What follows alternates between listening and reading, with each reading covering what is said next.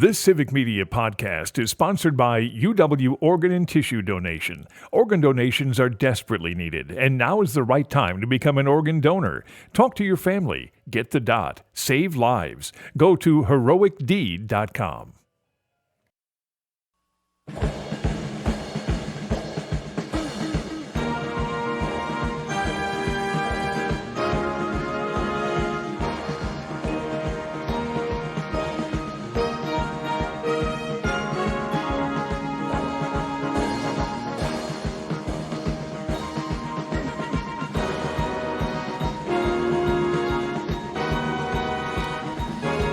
Good evening, and welcome to the Big High School Sports Show, presented by K5 Construction on 98.9 WXCO, WXCO.FM, mobile devices, and Alexa by searching WXCO, and on the Civic Media app.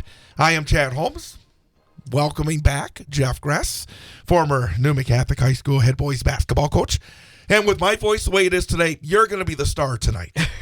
That's a lot of pressure. I mean, I'll try my best. I'm going to do my best. I'm glad to be back, but they're here to hear your voice, so go for it. Well, not this voice, but coming up at 6:25, our coach guest for this week, one of your Merrillwood Conference buddies. Yeah, he's I talked to him last night, excited to be on. We talked about using clean language, so that will be done, so he'll all be good. Chad Weinfurter, head coach of the first place Auburndale Eagles in the Merrillwood South at 6:25. And our student athlete guest at 7:06, Taylon Jershely from Mosinee, multi-sport standout for Mosinee, and right now leading scorer for the Mosinee girls basketball team. So that is coming up here on the show. We're going to start off talking boys basketball. Wisconsin Valley Conference, Marshfield undefeated. 7-0 in the conference, 10-5 overall. Wausau West, second place at 5-2, 11-4 overall. Wausau East, 4-2 in the conference, 13-2 overall. Stevens Point, 3-3, down to fourth place, 9-7 overall. DC Evers, 3-4, 8-8 overall. Merrill, 1-6, 8-9 overall. Rapids, 0-6 and 0-14 overall. The reason my voice is terrible is because I had an exciting game last night. Yes, you did. Wausau West, for the second time this year, knocked off Stevens Point, 55-49. Griffin Lake, 14 points. Miles Walvogel, 12, all in the second half. Jaden Owie, 15 points for Stevens Point. Grant Schodenaw, 14. But it was big for West winning the first time. Backing it up, I thought was huge. Yeah, I think that's a big deal. I mean, again, I got done scorekeeping the Newman game, popped in the car, was able to hear the excitement in the post-game interview with Coach Lemons. I thought that was those are the cool moments. I mean, talking about the last time that had been done, the excitement when the players were talking, just a big deal to go and, Spash has been so dominant and up at the top of that conference for such a long time. And for West, in the local team that they are for us around here, going and getting that W a second time, because it was already hard what they did the first time to get the one on the road, and then the second one to back it up at home with a quality win. And it's, and with West, they just get the dirty work done. They play hard defense. They're going to make you earn your space in your area on the court. You're really going to have to fight for it.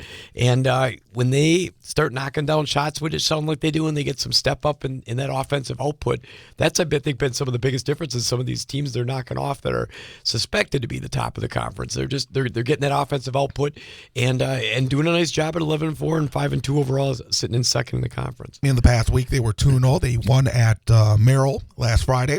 Another team that was 2-0 during the past week was Wausau East. Tight win against DC Evers, 63-59 on Friday. Jesse Napgazik, 24. Charlie Cayley, 13. Jaden Garrett, 12. Xavier Edwards, 18. Sam Dassel, 17 for the Evergreens. And then East backed it up last night with a 59-51 win over East. Robbie Angeli, 20. Jaden Garrett, 15. I saw that Jesse Napgazik, I think, only had 5 or 6 points in that game. I'm not sure if there was any issue with Jesse because that's so unusual. But for East to win without Jesse Napgazik putting up 20, 25 points, I thought was pretty impressive as well. Yeah, I think anytime you can have, that's the making of a good team. That's why East is 13-2, again 4-2 overall in the Valley, and when other players step up, when guys aren't able to do it, maybe their shots off that night, maybe they're getting defender after defender just hanging on them, and it's a credit to a team atmosphere and a team environment that they have. So for East, a good week. They beat a good Everest team last Friday. Everest is always competitive, solid, getting healthier as the season progresses. And then Merrill is never an easy place to play. From when I talk with coaches. So, and I know for Coach Garrett, I ran into him I think at the end of last week, and they had kind of been sitting dormant in their schedule because their Northern Pines game got canceled, and they had a little bit of time off in between that. So he had looked at it as it was kind of a good time for them to get refocused and have a little bit more practice time to work on their strategy, since they've been going game nonstop, it seems, lately. So looks like it paid off. 2-0 week for them, and a good way to set up to where you're going on Friday, which we'll talk about later for East. And for Everest, obviously that was a tough loss. They could have won that game against East. Then last night ran into Marshfield, who's just so good right now. Marshfield beat Everest 61-42. Brooks Hinson 18, Chris Pohl 12, Landon Lee 11 for Marshfield, Xavier Everett 13, but the big number was Cohen Preby back last night. 12 points. Obviously, it's not going to be easy to get right into it, but just that he's back, it's got to be huge for Everest. Well, I think this is a stretch. You want to start getting his feet wet in. They played, they're playing three of the top teams in the, three of those top teams in the conference with Marshfield, Spash, East. Obviously, they'll play West again around another time, but they have just a tough stretch. They were at East, at Marshfield, and then they host Spash. So that's a little bit of a tough streak where you want that leadership, but it's going to take some time. I know you can practice and say people are ready. It still always seemed like you still need that game experience that can't necessarily be recreated in practice to get your feet wet. So very competitive against East. Marshfield's a little bit of a different beast and how they present problems for teams. So I think that, for DC Everest, just stuff to they're still going to be at a good spot. They just got to get everybody back to their normal game experience. And real quickly, when you look at the conference, Marshfield, West, and East, top three, but fourth place Spash, Jaden always is what we expected. That 6'9" kid, he was able to step out. Nice touch from the outside. He's a great athlete. In fact, I would think at some point they're going to get him more involved in the offense. I thought, again, he is just, had some good finishes against good defense. And then, of course, with Cohen Preby, these are the fourth and fifth place teams. I mean, I still think there's going to be some interesting results. Well, Marshfield has a little bit of an advantage, but there's two teams that could dump them for 2 losses. I mean, all these teams like that we're talking about right now are solid in this conference. And I think that there's a chance for some shakeup yet. Aoi obviously at 6'9" with his footwork, the way he can cover it. And I saw just on the news his nice reverse layup. Yes. I mean, that was a good move for a big guy that size. Yep. And then, even when he was at Pacelli, he had a nice jump shot so that he could definitely shoot. So I think, again, that's going to be another added dimension that just takes some time to get in there. If the coaches know what they're doing, they're trying to get dangerous by playoff time and finish as strong as they can at the conference. So I just look for this conference, as good as it is already. I think it's going to get even amped up more and have some more fun in terms of who's winning as we go down the stretch here. GNC, a little surprise at the top on the boys' side. Medford, first place, 6-1 in the conference, 9-7 overall. Rhinelander, 5-2 in the conference, 10-4 overall. Mosinee, 4-2 in the conference, 12-5 overall. Pines, 4-3 in the conference, 10-7 overall. Antigo, 3-4 in the conference, 9-8 overall. Lakeland, 2-5 in the conference, 6-9. And then Tomahawk, 0-7 and 4-10. And I guess the big game was Friday night. Had to be one of the bigger wins Antigo's had in a long time, beating first place Rhinelander 70-62. Colton told me 25 for the Red Robins, but when I saw that Friday night, that was a major win for Antigo. Well, again, I keep saying I'm talking to people, and I actually am. So one of my son's basketball tournaments, we played in Antigo a couple weeks ago, and the Antigo coach was running, so we're making some small talk on the side and talking about the games and how his team's looking, and he was just saying, hey, we've got a couple of kids that have come off injuries, and we're starting to gel better, and I think you're going to see us as a better team as we go down the stretch here, and to his knowledge of his team and what you're seeing is that they're creeping up there. That's a good win against a very good Rhinelander team by 8 points last Friday, and then they're sitting as one of those teams that can kind of get at people and be a sleeper. And it sounds like they're being improved, where before they're hanging at the bottom of the conference, kind of getting pushed around, and that's not happening. And he's happy with how some of his kids are performing on the offensive end, as well as how they're starting to gel as a team. So you you light that mix and you hope for good things as they go down the road. And I think, that's the one thing I got here and I kept asking you, what's that conference surprise? And we're like, it's Medford at the top because they've struggled out of conference, which shows in the scores, but in conference they've just been hanging around enough, and now they're starting to grab some games and sitting at a 6-1 mark. It'll be interesting to see how when they hit some of those teams the second time around. We have a big one with them and Mosinee coming up and things like that. How are they going to do? Are they going to be able to hold that up? But I just looked the Girl kid, however you say it, put him up about 20. He's up for one of those shooters for those with sports awards. So that kid's coming alive too, I think, which is really helping out their offensive output, which is what they've been lacking a little bit in their scores this year. Mosinee, 3 non-conference games in the past week. Big win against Marathon to go over there and win that basketball game 76-54. It was 52-21 at halftime. I mean, just really impressive. Braden Reinke, 22. Carson Balgord, 18. They had a game then on Saturday against a very good Kaukauna team, and Kaukauna came to Mosinee, won at 89-68. Treef Stoffel, 27 in that game. Reinke, 18. And then last night, overtime, going on the road, beating Xavier, 68-65. Stoffel, 19. Reinke, 18. But big test for Mosinee out of conference. I like that scheduling. I mean, to go play a good Marywood Conference South opponent, turn around back-to-back when you're getting ready for the playoffs. These are great games. They have Kaukauna, who comes out of the Fox Valley area with a very good record and good team. And then Appleton and Xavier over the years has not been any pushover and get an overtime win. Whatever the wins and losses are, I think it's a good job of mixing those games up and getting you some really valuable non-conference opponents in a short amount of time. And I think 2-1 is nothing to be shabby on based on the competition they had. So a good week for Mosinee in those couple games. Anything else about the GNC that jumps out? Not that I can see right now. Just I'm excited for some of the games coming up, though, but we'll talk about that later. All right. Marywood South, Auburndale, 9-1 in conference, 14-1 overall. Stratford, 8-2 conference, 13-2 overall. Marathon, 7-3 conference, 10-6 overall. Assumption and Edgar, both 5-5 in the conference. Newman, 2-8. And big game last night. Tom Weaver's on for us. Marathon had a double-digit lead at halftime, but Stratford came back and able to win it 64-62. 35-23 Marathon at halftime. Brusewitz 22. Landon Snyder 20. Every time these teams play, that's the kind of game it is. Yep. There's not. I mean, you'd probably have to have a 20-point lead at half. Otherwise, it's really not safe. Teams come back, they creep down on those double digits, and it finishes out strong down the stretch, and you get the game that you want out of it if you're a spectator.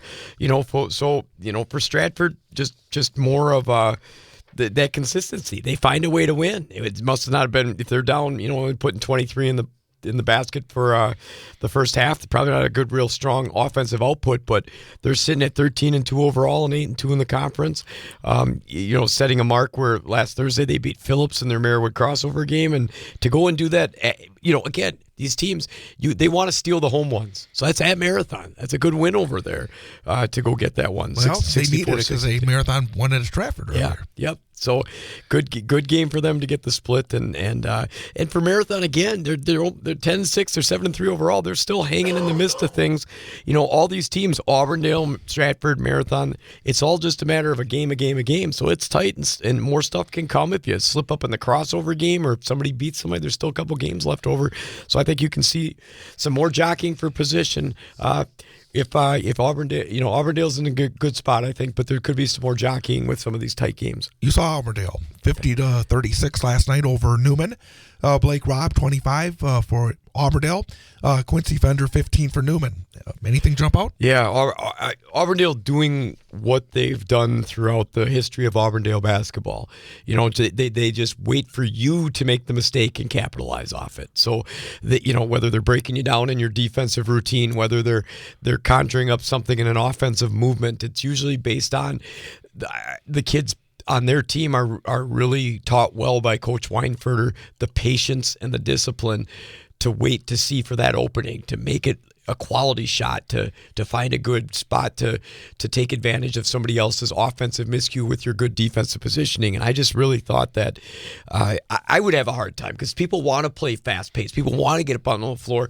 And when you're not allowed to do that, which is what Newman likes to do, it makes things a little tougher. Newman had a couple runs where the game could have got out of hand and they kept coming back and hitting some shots, and it got a little tight, and then Auburndale was able to secure it, slow down, kill some time off the clock. So I was impressed with their discipline, and it's not like they have a lot of, like, the Blake Robb kid does a really nice job, but the other guys just kind of fill their roles and fill the mold, and that's the making of a good team, is when people understand the defined roles by them to make their team the most successful. Edgar, a couple of wins, and they're a team that you've said you did not expect them to be where they were picked in the conference. They were picked at the bottom. Right. You just always said, hey, they've always got good athletes. They've always got winners.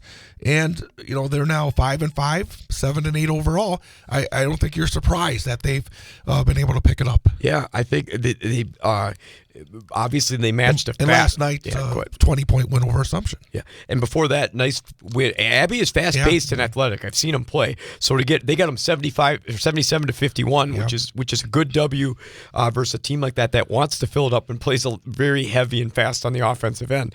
And Assumption, I saw play against Newman.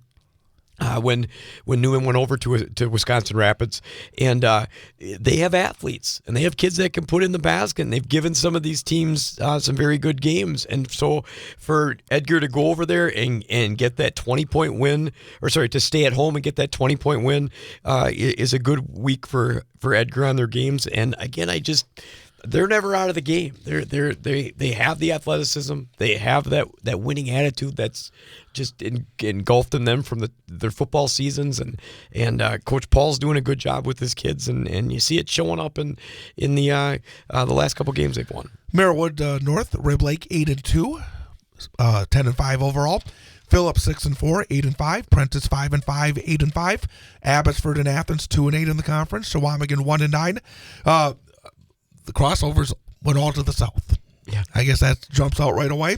And then you had Rib Lake, Phillips, and Prentice all victorious in the Merriwood North games last night. Yep, and that's the exact pattern you see. The South is winning out, which is holding those victories, and we don't have any of the roller coaster ride that we want in terms of the conference fight where somebody sneaks one out. Right now it's pretty cut and dry that the South is getting those games, but Rib Lake kept Athens at bay. They needed to stay up top of that conference at an 8-2 mark. Phillips should beat Shawamigan, and Prentice won a tight one at 81-78 last night. So. And CWC East Bondwell, undefeated both in conference and overall. Whitburn one game back at 7-1, 11-2 overall. Then Iowa Scandinavian, Shiocton 5-3 in the conference. Menominee Nation 4-5, Waiwega Fremont 2-6, Manawa 1-7, Amherst 1-8. We talked about Antigo with their big win against Rhinelander Friday. Whitburn beat them 61-50 on Thursday. Xander Barkey, 23. Jet Rogowski, 17 for the Chargers. They then beat Menominee Nation Friday, 64-59. And then on Monday, I should say, beat Pine, 69-58. So a good week for Whitburn. Yeah, anytime you can consider, you got these games, these short windows. You play 2 days in a row back to back. Then you get, sometimes coaches may have a shoot around on a weekend there for the kids to get back into it, and then you start right with a Monday, Tuesday game in there. A lot of stuff goes on, and you don't get as much time as recovery as probably some of these athletes want. So I think when your team can go out there and perform, get the W's, it just keeps building the success that you see in their overall record of 11-2, and obviously at that one time where Bondwell gets them, and that's why they're at 7-1. But we still have another. I think there's one more game with that coming up later in the season.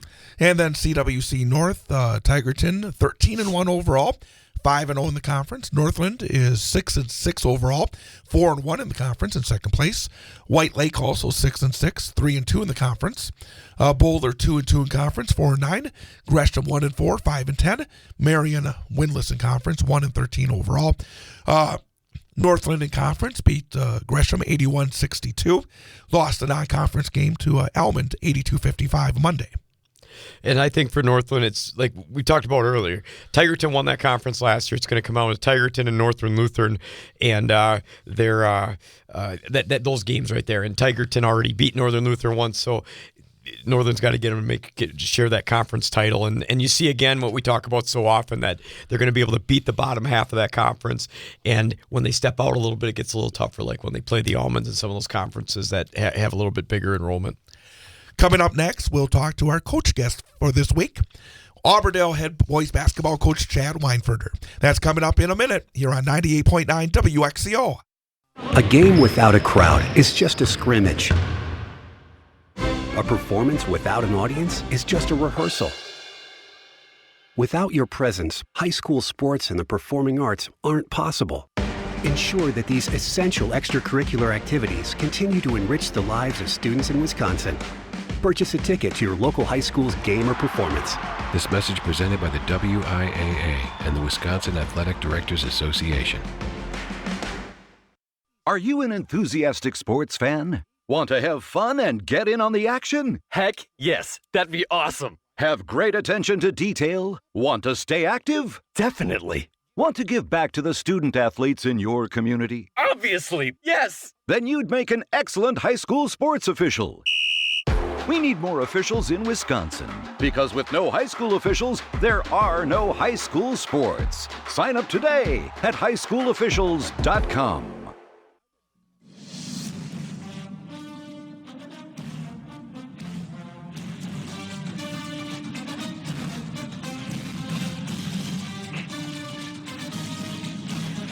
And welcome back. Big High School Sports Show, 98.9 WXCO.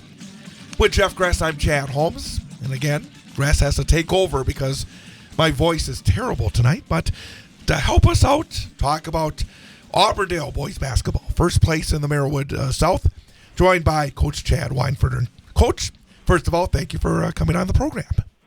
Hey, thanks for having me again. Well, obviously off to a really good start, 14-1 overall, top of a very good conference as well, with a 9-1 mark. Was this expected going into this season? And obviously you've had such great success at Auburndale over the years. What were the expectations coming in this year? Well, you know, and some of the preseason questionnaires and people asking you how you think your team's going to be, how you think the conference is going to be, I thought it was really going to be an even race this year. I thought we had some great senior classes that all teams had lost, and then Assumption and Newman were pretty young coming up, so I thought it was going to balance out pretty well. And I knew we would compete in every game. We've been fortunate to win, you know, obviously 14 out of 15 and win some close ones. So I didn't expect to be 14-1, but I expected us to compete in every game, and the kids have really responded well. And Coach, what do you know, we see you guys always battling at the top. Every year this conference is a war. We talk about it all the time. It's a great conference to be in. What do you think, you know, now with all your time there and you know, being at the top and having to dogfight it sometimes and see all these teams and it's the same coaches and it just recycles and recycles and recycles. What do you think is the key to success at the end of the day to be crown conference champion, since you guys have obviously done it and you've obviously been part of it? And I just think it's not easy to do. So what do you think makes up that conference championship, or is there a formula or a name of the game to get to that spot? Because again, the conference is always so competitive and it's just it's a war. Yeah, I think it's consistency. I think, you know, you're approached every day in practice. I know that sounds kind of like coach speak, but I really think it's true. You know, we try not to get too high or too low, and I tell our kids, you know, it's a privilege to wear, you know, that Auburndale name across your jersey, and teams are gunning for you because, you know, anytime they're able to beat us, that's kind of a feather in their cap just because of the success our program has had. But I just think it's, you know, having a consistent approach and right attitude, and this group has certainly taken to that. And the thing that kind of jumps out is the one loss came to Assumption. And that shows, again, the depth of that conference, that any particular night, whether you're facing a South team or a North team, something could happen. And again, not to say that was either a bad night or a bad loss or anything like that, but that says a lot about the conference, doesn't it? Oh, I agree, 100%. I think if we're being honest, and if you'd ask Assumption, I think they're probably a little disappointed with their record right now. I think they had some pretty high expectations coming in, and they've got a nice team. They just haven't been able to put it together. And that night, they were. You could probably say the same thing about us, beating Stratford. That might have surprised some people. It's just the depth of the conference. It is truly something to behold, that's for sure. And how about your personnel? I've obviously we follow you through doing the show a little bit, but actually last night being able to score keep, I got to see you guys play in person. I thought, again, I was sharing with Chad, just the discipline of your team, the patience. The way I look at it from my spectator spot is you're waiting to capitalize on what the other team will give you, waiting to capitalize on the other team maybe making a mistake on one end of the ball, and you can take advantage of that. And I just found a jealousy, or I thought it was of how patient your team is, because kids nowadays they want to get up and down the floor and they want to take off, and it's easy to just fly all around the place. And I was really impressed by their discipline last night. They're willing to let things happen, to react, to flow through it, to get that right process through what you wanted accomplished offensively and defensively. So I don't know, just a little bit about what you think about your team so far, and maybe some of the personnel members that are getting the job done for you. Yeah, I heard you talking earlier about filling roles, and I just think our kids have done an excellent job with that. The three starting guards that we have, Blake leading the way, and then the two juniors, Peyton and Josh, They were workout partners this summer. I mean, they're in the gym every time I had it open. Many times they'd head over to Jordan Zimmerman put up a shed, and Blake Grab's family's close with them, and so is Peyton's dad, and so they're always shooting and just trying to convince Josh and Peyton to fill those roles. And once they started clicking, we really became tough to beat. You got Big Thomas inside, who I still think has. Even though being a senior and over halfway through senior, has a long ways that he could improve yet. And then a kid like Keegan Empey, who I wasn't sure earlier in his career how much he'd be able to play a role in the varsity, has just done an excellent job as kind of a slasher and really our athletic kid. And then you add in a kid we didn't have last night. Aiden Rabb was a senior who was out sick last night, and sophomore Jackson Gruby off the bench who fills in for Thomas in the post. And we've just had a lot of pieces fit together.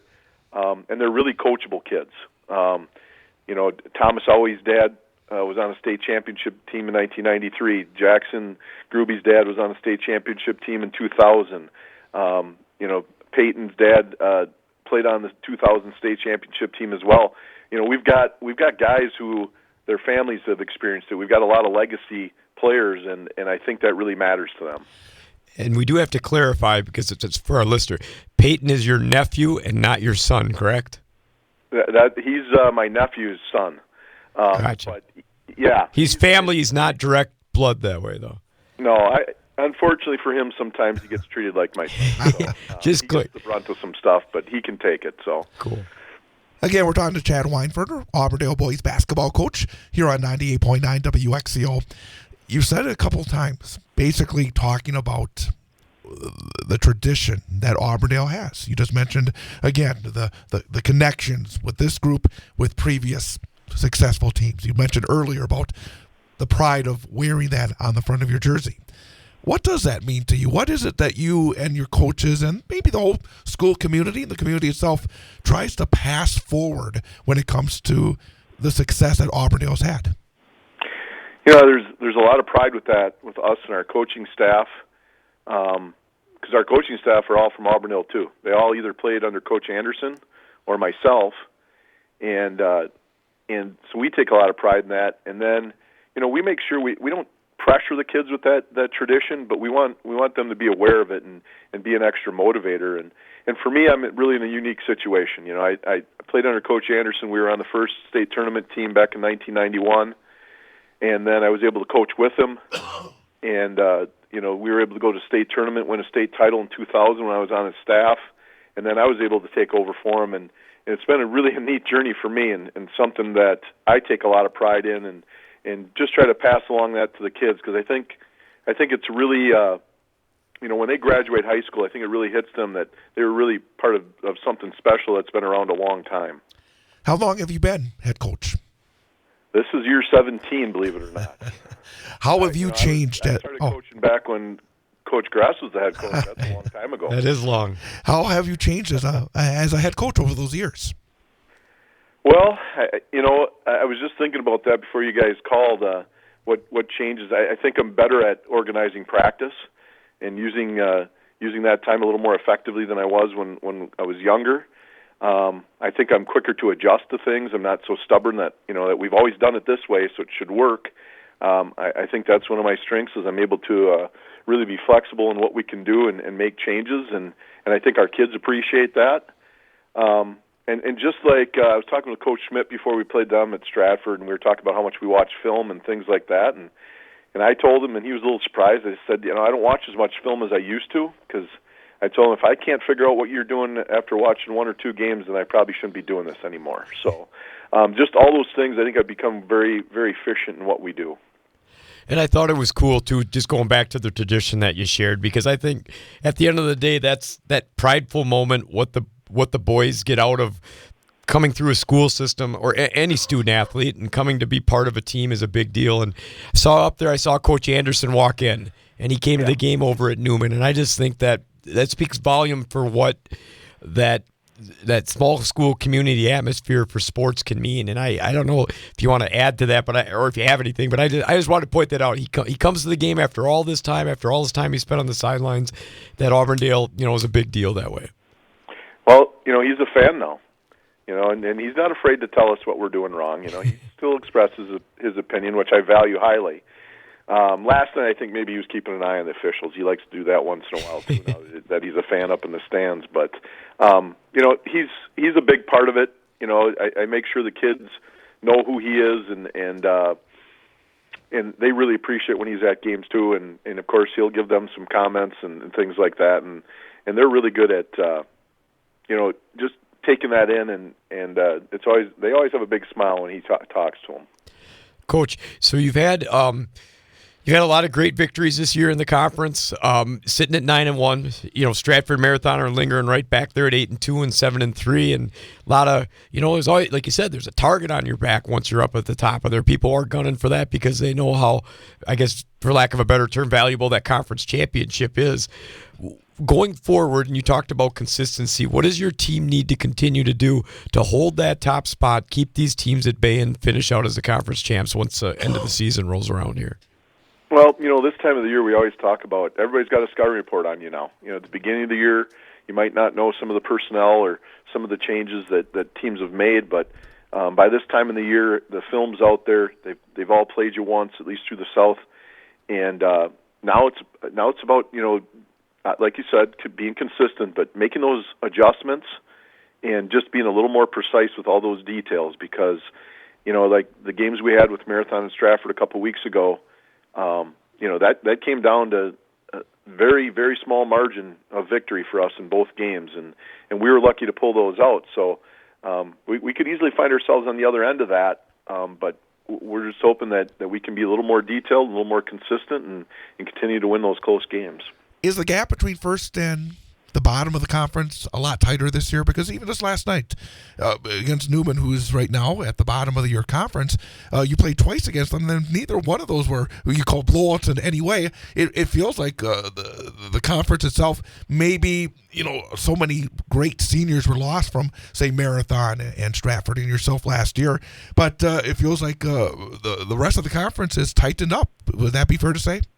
Oh, absolutely. Absolutely.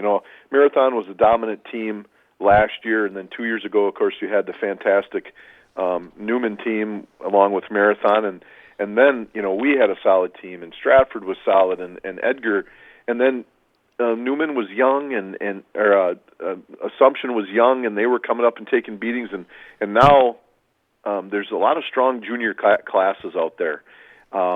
And so we've been fortunate. I think, between us and Stratford, we've probably got maybe the best senior classes out there, and I think that's really helped us out. But those juniors, they're playing like seniors now. So that gap between the top and bottom is way closer than it has been in a long time. By the way, I know that you got a lot of work to do between now and the start of the playoffs next month. Man, do you ever get tired? Do you ever wish that you didn't have to see Stratford 3 times in a year or Marathon 3 times in a year? Because, these are awards in the regular season, and so often you have to do it again a third time in the postseason. I mean, it's just pretty amazing, isn't it? Yeah, we've had that discussion many times, the head coaches. I think it's something you do, it wears on you a little bit.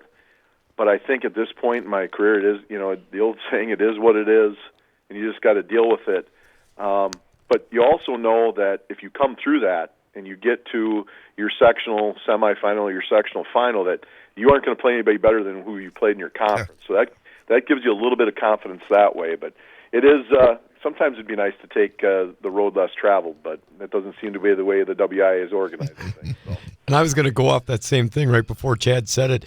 I was wondering, do you, without diving into your coach's pocketbook here and saying anything that you do you throw a lot of wrinkles in at that point, or is it more of a belief that, we know each other, the game is going to come down to who can execute the stuff better that's been successful, we're not going to tweak it a lot, or is there a lot of thought process and maybe I can get a little edge by throwing them something they haven't seen? I mean, what's the thought process when you see those teams again and again and everybody knows each other so well?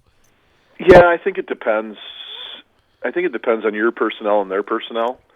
Sometimes there's just, nothing you can change because you already think you're doing it better. Now, last year with Marathon, they beat us pretty convincingly both times in the regular season, so we knew we had to do something different. So I think it's really, what circumstance you're in. But, I think every team probably adds a little bit as it goes on just to keep your team from getting stale. But there's probably little things, but I don't think there's too many big changes. I think last year was kind of an anomaly with us trying the box and one in the sectional game. Other than that, I haven't seen too much of it. By the way, real fast, I did that game last year against Marathon, and I mean, it was such a fantastic game. I imagine that for you as a coach, knowing that you're facing, as you said, a really, really good Marathon team, probably one of the best teams that we've seen in this area in quite a while, for you, for your coaches, for your team, to execute the way you did, to give yourself a chance to win, that had to have been as disappointing as it is to lose a tight one. At the same time, boy, you guys really did execute exceptionally well. What was your overall take when you stepped away from that game? Because obviously you want to win that game, but boy, again, as you said, in comparison to the previous 2 meetings, you really did a lot of good things. I thought our kids executed our game plan about as well as they could have. You give their kids credit. A couple of their kids who maybe weren't stepping up before that hit a couple of big threes. And it's tough when you're trying to defend a kid like Warren, and you have another kid who's ended up being an all-star in the summer too in Underwood, and just kind of hoping he doesn't make baskets. Sometimes you play the odds, and the odds you lose. That's why they call it gambling, I guess. And we gambled a little bit, and darn near pulled it out. Coach, you mentioned the assistants all being before how valuable it is, I guess, in the way you said it. It's good to have good assistants around. And a couple times I was always focused on the scoreboard for you guys, but every now and then just looking and trying to take things in as I'm scorekeeping that game and just seeing everybody, function in their own role, knowing what to do, adding their own little piece.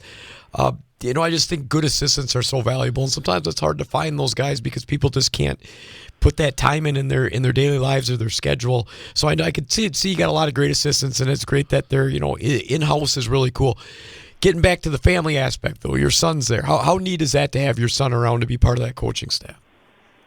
Well, he always was kind of a coach, and I'm sure he's not listening tonight, but I'll admit he's smarter than I am. So, having him, he's really connected with a lot of these younger guys, and he's really been excellent in just he knows how to teach shooting, because that's as a coach's kid, that's all you heard about growing up, and we worked on it, and he's second all-time leading three-pointers to his younger brother who beat him out last year. But they know what it takes, and I think that's really helped our shooting. We're shooting almost 40% as a team from three-point range, which that's the highest we've ever had, and it's just outstanding for a high school team.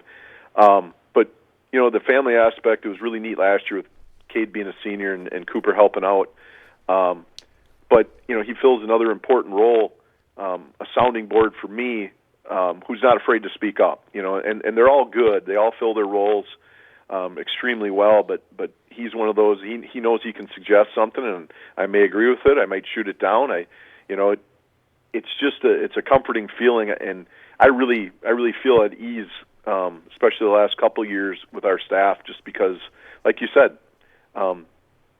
Good assistants are hard to find, and I've got 4 really good ones. And then looking at Friday, you're going over to Amherst.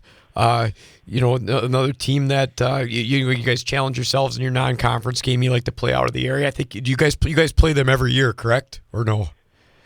The last few years we've played them, yes. So what do you expect? What do you expect to see out of them on Friday? Is what I'm asking when you go over there. Well, I was talking with the kids tonight at practice. We had a short practice tonight because we had some sickness, and a lot of guys played big minutes last night. But I said we went over a little bit of stuff again for them, and they're physical. They're going to try to grind you down on offense. Bondwell, number 1 ranked team in the state, they had them 20-20 at halftime, and then Bondwell kind of imposed their will on them, and Bondwell's the real deal. It's one of those deals again. Our margin of error isn't very big. We've got to play well to beat teams, and so I expect a good game over there, especially if they play the way they did against Bondwell. That's going to be a tough non-conference game. And we'll go back 17 years. You've been doing. I mean, to do this and be at the helm there. You keep coming back for more. Why do you love this, or why do you enjoy this? Whatever word you want to use to fill that void. I really look forward to organizing stuff, planning stuff. That's probably when I know I'll be done, is when I kind of dread putting together like our summer schedule and getting the jerseys ready and all that kind of little stuff that people don't really think about. I think that's probably when I know I'll be done, is when that stuff becomes more of a chore than really looking forward to it. And I love being around the kids. I enjoy seeing them improve. We were just talking today. I've got a sophomore who he's really had to work on his ball handling, and it's really starting to show now. And those little types of things just kind of keep that fire going. And once that stuff isn't as important, it's probably a good time to step aside. But as of right now, it's just really fun being around the kids, and I'm still a competitive guy, so. Can't go out there and play anymore, so I might as well coach. I got to ask one more question. We've seen in your bracket some interesting seedings over the years since the computer took over. Do you trust that the computer's going to get it right? Not completely, no. I wasn't necessarily in favor of the computer seeding system just because it didn't seem to take the head-to-head into effect, which I think coaches weighed pretty heavily. And we didn't. Our regional meetings were never really contentious. There were always some disappointed people. Maybe a few people would get upset here and there, but it was never very contentious. Where I've heard some other areas really had some problems with that they really had some issues with coaches really getting after each other, and so I guess it's for the greater good. But a few years ago, I think it was Marathon beat Stratford twice, and Stratford ended up being seated ahead of them. Mm-hmm. And I know we had a lot of conversations about that in our conference, but you just hope you get a high enough seed where you host a couple games, and then you just got to play who's in front of you. But not super confident in it, but there's nothing we can do about it, so I usually don't spend too much time worrying about it. Anything else, Jeff? Yeah, last thing, Coach. We all, as coaches, you want control of your schedule as best you can with non-conference, and obviously conference gets built in, but those non-conference selections. I got to ask you, I saw you guys had a little bit, the way you set up your holiday tournament where there was a little bit of a day in there. I know it might have been off of the weekend, but was that intentional? Is there a reason behind that? No. Because most teams go back-to-back. Yeah, that's how we always did it, but we lost the team, and we couldn't find anybody. So we had to be creative. And so my AD and the other coaches kind of created a new schedule so we could still get 2 games in. And with Christmas being that Wednesday, nobody wanted to play Thursday, so we ended up going Friday, Saturday with Wyowega, and then we ended up playing Neillsville on Monday. So just kind of a creative way to get a couple games over break. So many teams have tournaments now that it's hard to find teams to commit to that and keep coming to it. So, and actually our tournament's coming to an end. We're going to be in the Century Classic next year. So we'll see if that we can get something like that going again. And one more quickie, because I was talking to another coach recently who thinks that, we've added more games. It used to be 20 games, then 22 games, 24 games, and that it really is, it's almost hard to have balance with your teams now because there's so many games. Do you think we're at the right number of games? Do you think we have too many games? Do you think that we could have more games? What's your thought on that? I think probably right now it's about right. I just got a text from a former player who's coaching at another high school as an assistant, and he asked how much film we watch, and I said it's hard to give up court time to watch film now with so many games that we have. I just think that court time is so valuable with the gyms being in high demand with the youth and the other teams that need to use it and things like that. So I wouldn't really want any more added. I think our schedule is pretty solid. There are some teams that do a lot of back-to-backs. I'm not really in favor of that. Maybe once or twice to get ready for the tournament. But I think the number of games is pretty solid the way it is right now. Chad Weinfurter, head basketball coach for the Auburndale boys. Coach, thanks again for your time. Congrats on the great start. Best of luck for the rest of the season. Well, thanks for having me again.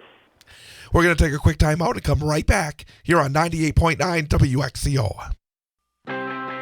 We are the NFHS. That stands for the National Federation of State High School Associations. But really, what we stand for, together with the WIAA, are the 178,000 high school sports students in Wisconsin. And so we stand. We stand for the runners, soccer and basketball players. We stand for their coaches, administrators, and officials. We stand for the swimmers, football players, and wrestlers. We stand for the golfers, softball, and volleyball players. We stand as the national leader and advocate for high school athletics and all who participate in them and make them possible. Because it is our purpose to ensure that high school students get to play, perform, and compete together. To learn more about who we are and what we stand for, visit nfhs.org.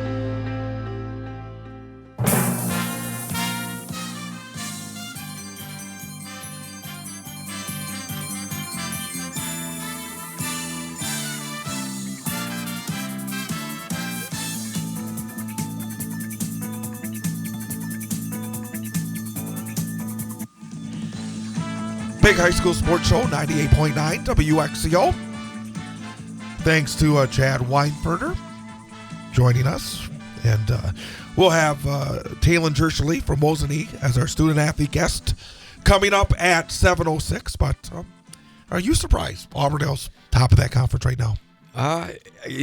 Nothing surprises me. We've been in there. They're in a coveted spot. I would have loved to have some of our teams in it. It's hard to be up there and hard to hold it and hard to keep your team in that spot because you get a big target on your back. Teams are gunning for you every night.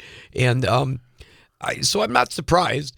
I think after watching them last night in person, you can see why they have the style that they play and the discipline that they have really caters it into being it's successful. They execute their stuff and they do it well, and they do it together as a team, and all those are great qualities and a big deal. And I think that Coach Weinfurter and his program and his team are doing a great job, and I think we talked about it with the graduation in that conference.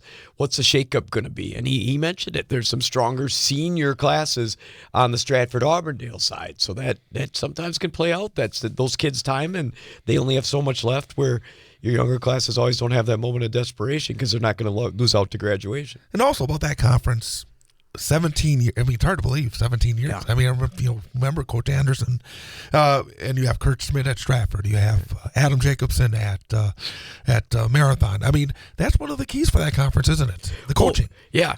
I was trying to explain this to my son when we were leaving some of the games, and he was asking about some of the teams and the personnel and the coaches. And I said, Matthew, last time all those guys were there, and they're still there.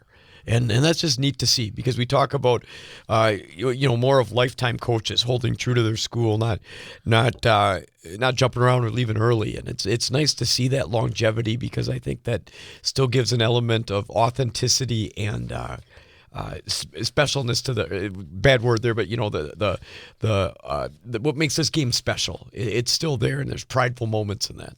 Well, let's start a little bit here in the last few minutes with the girls, Wisconsin Valley Conference girls.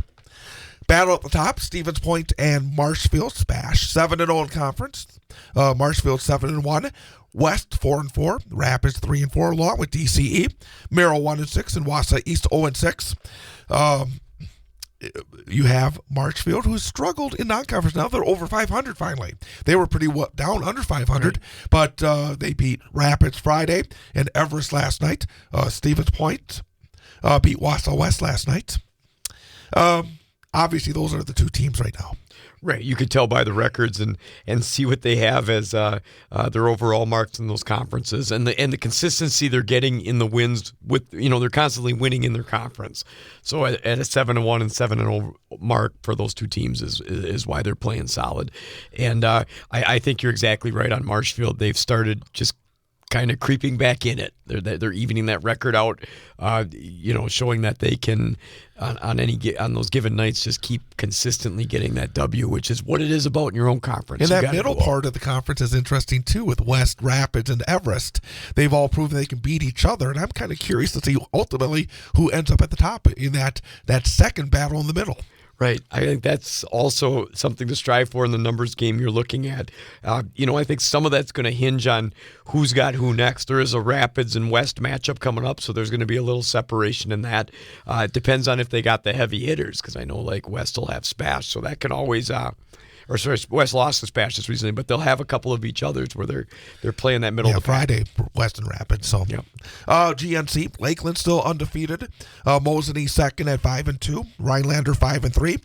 Medford and Tomahawk 4-4. Pines and Antigo coming behind them. Lakeland continues to look very solid. Christina Womet had a 40-point effort in a non-conference win against Xavier, 73-32. Xavier had beat Mosinee just a few days earlier. You often talk about those non-conference comparisons, and that was a pretty good win for Lakeland, and 40 points for Christina Womet. This continues to rack up the numbers. Well, and again, she outscored Xavier by herself. I mean, they only had 32, so I think Womet's just a difficult guard. She's averaging over 31 points and makes that team go, and I think some big wins for Lakeland on those two to just keep holding their spot at 8-0 in this conference. Taylor Jersley had 30 points in the Mosinee lost to Xavier last Thursday, 63-55, and then they lost to Neilsville, 55-52. So a couple of both the boys and the girls from Mosinee playing some good non-conference. Yeah, those are great. Not that you want to take the loss, but it's not like you're losing to bad teams. Xavier and Neilsville for the girls are good, solid teams. Mosinee still got a 10-6 mark overall, 5-2 in the conference, winning games that they need to get, and you can struggle a little bit in the non-conference. The conference ones are the ones that are going to matter. We'll talk more girls basketball later, and coming up after our news update at the top of the hour, Taylor Jersley from Mosinee. She's coming up here on 98.9 WXCO.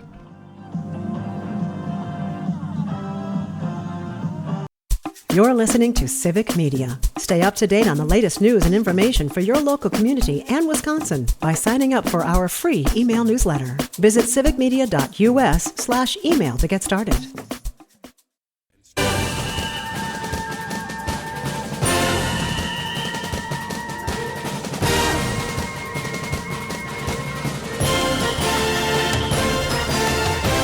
And welcome back. Hour number 2. Do you think I was going to make it through the first hour? Taking bets? I can't say you're sounding any better, but I know you're going to make it through. I am digging And for the listeners out there, it's harder being in the room with you than it is probably hearing you on the air. So, anyways, but we'll make do with it. Go ahead. He's Jeff Grass. I'm Chad Holmes. Our student-athlete guest for this week, Talon Jershely, junior from Mosinee. Talon, apologies for the voice, but thank you for coming in. You're okay. Thanks for inviting me. First of all, you're a three-sport athlete, volleyball, basketball, softball. How busy are you? I mean, because it just seems like there would be a lot on your plate in addition to being a student, in addition to having friends and family. What's your life like with being a three-sport athlete? I mean, definitely don't got much free time, but that's the way I like it. I'm working out all the time, doing all these sports practices, but that's how I like it. So, do you have a, and no coaches can judge you, and we know, we're talking off air, and we'll talk later about it, colleges and what you pick. Do you have a favorite sport? Does one stand out more than the other? Honestly, or is it just what's in season? It's just whatever season it is. That's what I like doing. And how big a deal is it? How do they feed off each other? Because I can't imagine, like when Chad alluded to that, to the busyness. It's just, because it's nonstop. You're training constantly for different sports, different motions, different positions, and you're pulled with all the expectations of what teams and coaches want, as well as much as what you want to work on as your own game in the off season. Mm-hmm. Do you ever feel that it's really difficult to balance all that, or is it something that just comes natural to you to do? I mean, at times it gets obviously, like we were talking, busy, but like I'm lucky I have trainers that during softball season, he gives me softball lifts that'll focus more on like throwing, and during basketball, he gives me more like in-season lifts to do. So it's really nice having people there to like guide me through it, I guess, and just help me with it all. And do you ever look at those sports feeding into each other at all? I mean, one helps you, we used to tell the basketball kids to go out for baseball if they couldn't catch, because they got to catch basketball. So do you find that those feed into each other pretty nicely the way you like the three sports that you play? For sure. Not only like physicality too, just like mentally too, just the competitiveness of all three sports. It's just, you're in pressured situations in some sports, so then the next sport, you've been there before and you can do it. Let's talk a little bit about the in-season right now.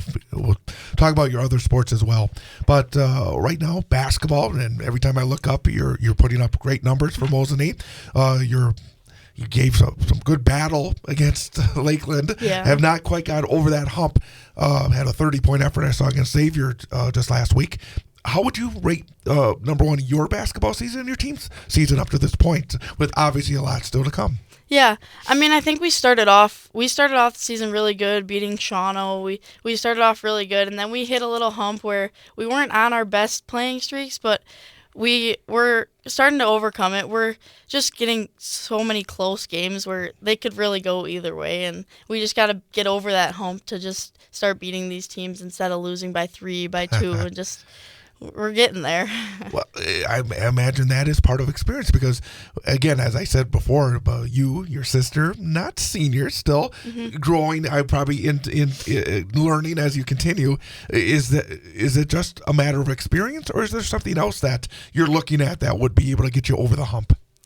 I think we just keep working hard in practices. We're there every day, just giving it everything we got, and we got a really good group of girls who just come to the gym ready to work, and I think we're all very competitive too, so that helps. So we got a couple good leaders that just lead us through everything, and yeah. Who are your leaders, by the way? Who do you look as the leaders on your team right now? Well, I'm a captain, and then we got one other senior that's a captain, but there's definitely some younger girls who are stepping up and knowing that they can lead too. It's not just a grade thing, like they can lead too. So. And who is that senior captain? Britt Fitzgerald. Always want to get that name out there.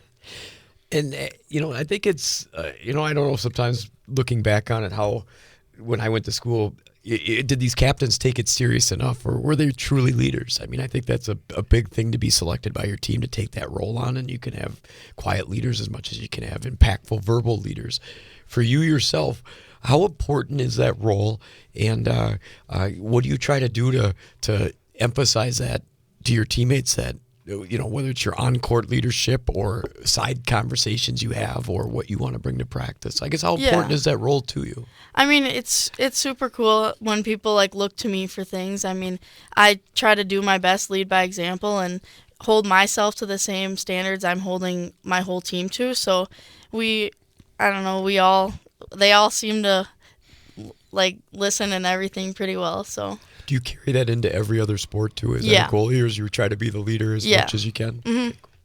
Again, we're talking to Taylin Jershely from Mosinee Junior for the Mosinee High School girls basketball team. Also plays volleyball and softball here on 98.9 WXCO.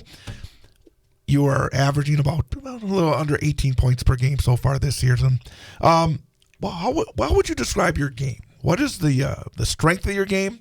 What are the areas you're still trying to strive for? How would you describe yourself on the hardwood? I mean, I'm a shooter. I like to shoot.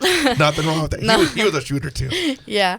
No, but my teammates do a really good job of driving and kicking it to me too, so then I can get those open looks. Because now as we're getting deeper into the season, people know I like to shoot, so then they're trying to guard me tighter and stuff. So it's nice having people being able to create for me to help me get those open shots.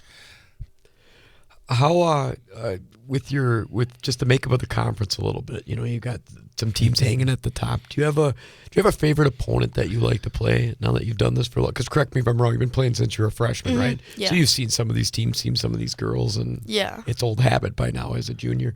Is there a certain opponent that you guys really, as a group, kind of get up for just because of the battles and the rivalries? Because I know there are some. Yeah. There's more than one maybe in that conference. Yeah. There's some heated battles. So what do you Yeah, think? for sure. Definitely Lakeland is definitely top one. We like to circle on our calendar, I guess. We're always up for that challenge, and I think this year was the first year we really believed we can do it, and I think it showed, but we fell short twice, but I mean Medford's up there too. We like playing them, Rhinelander.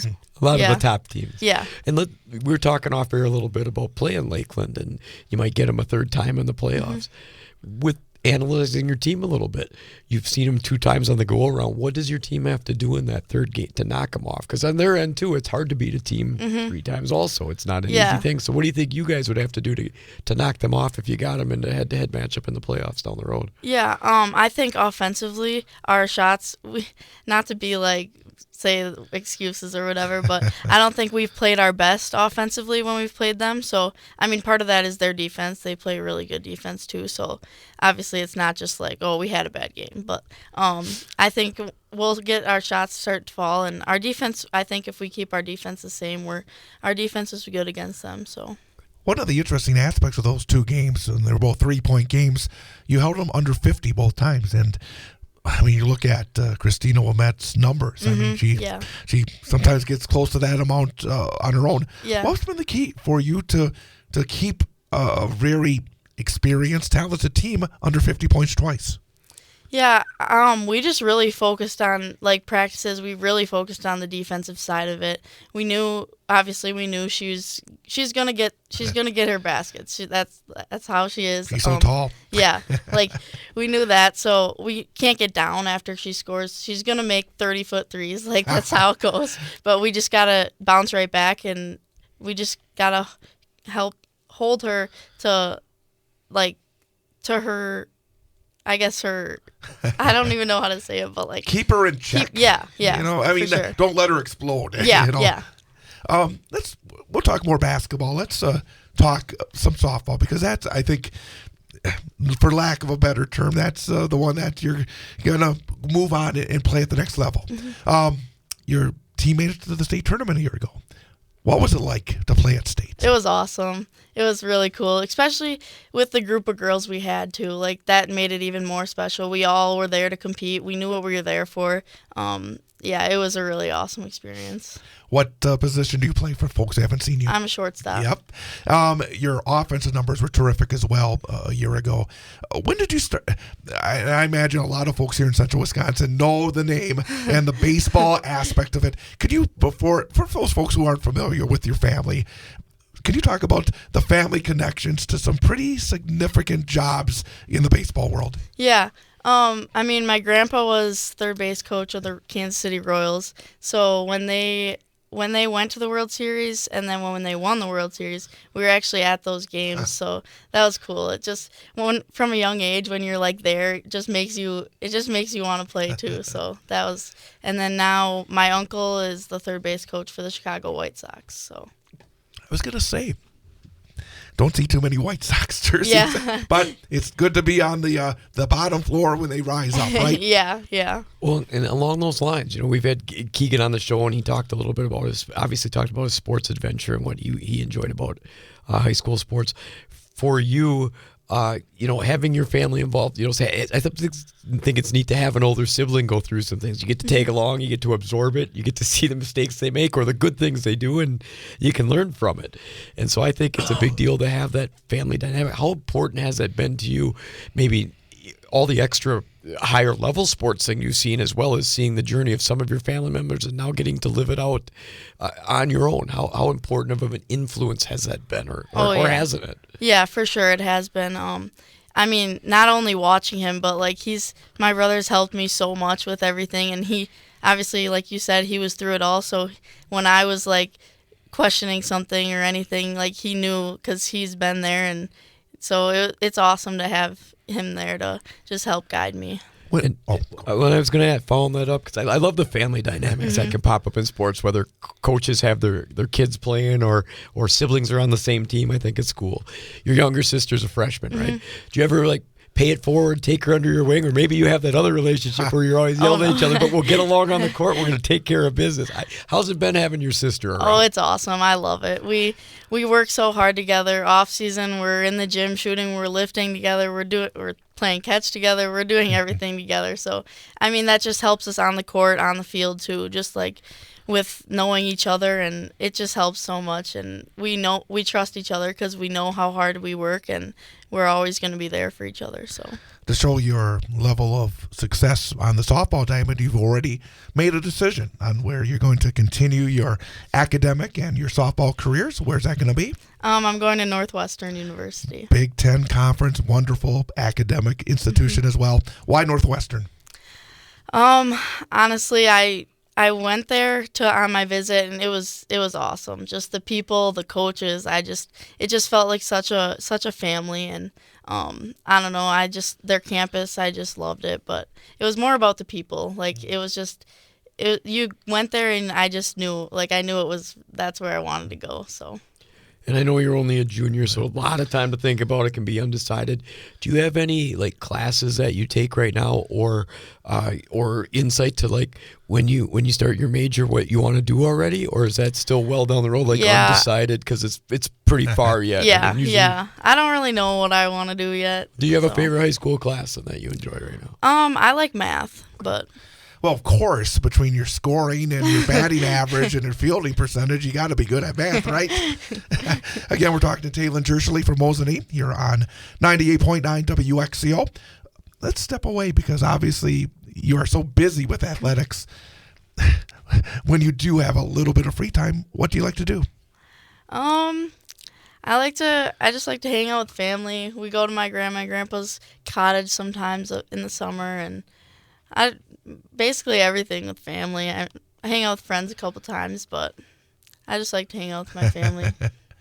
We haven't even mentioned volleyball. Is that just something because you love being involved?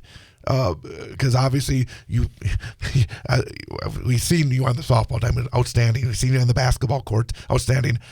I have to admit, I'm not too familiar with the volleyball. How does volleyball fit into your athletics? Honestly, I ran cross country my whole life. Freshman year, I ran cross country, and then I had a little incident where I passed out twice. So I was it wasn't my top sport. Didn't want to ruin my other sports or risk doing anything. Right? Yes. So I was like, why not try volleyball? So I mean, it's fun. I like being competitive, obviously. So it's definitely up there. Yeah. You sound like you wouldn't know what to do if you weren't involved in a sport. Yeah. Do all I know, a big thing about high school athletics, as much as it is in the competitive atmosphere of it and what teams want to accomplish and the conference champions, getting down to state, all that stuff you want to do. I think it's so much so also the lifelong friendships you make and being around the people on your team. Do you have a lot of girls that do that where they're cross, or the volleyball, the basketball, the softball, they're all with you all the time, which makes a pretty big unbreakable bond? Or is there your volleyball group and your basketball group and your softball group, or is it how's the dynamics of that as you go through your three sports throughout the season? Volleyball and basketball are a lot of the same girls, so especially with them being back to back, we're all super close already, and it helps us definitely going from one season to the next, like staying in that little core group. But softball, there's not as many, but there's a couple, so it's nice. It helps us because we all know. I mean, we know how we play, and we know how we play on the volleyball court. We know how we play on the basketball court. So I think it just builds those connections and helps us play well with each other. I want to ask outside high school sports, because nowadays we see a lot of club sports. Mm-hmm. Are you involved in these sports outside of your high school seasons? And could maybe give a little peek in terms of the off seasons, what you do, because obviously when you're at the level you are for softball especially, there's a lot outside the high school season itself. Could you give a little peek into what it's like outside the seasons? Yeah, in the summer I play for JBA Clutch for softball, travel ball.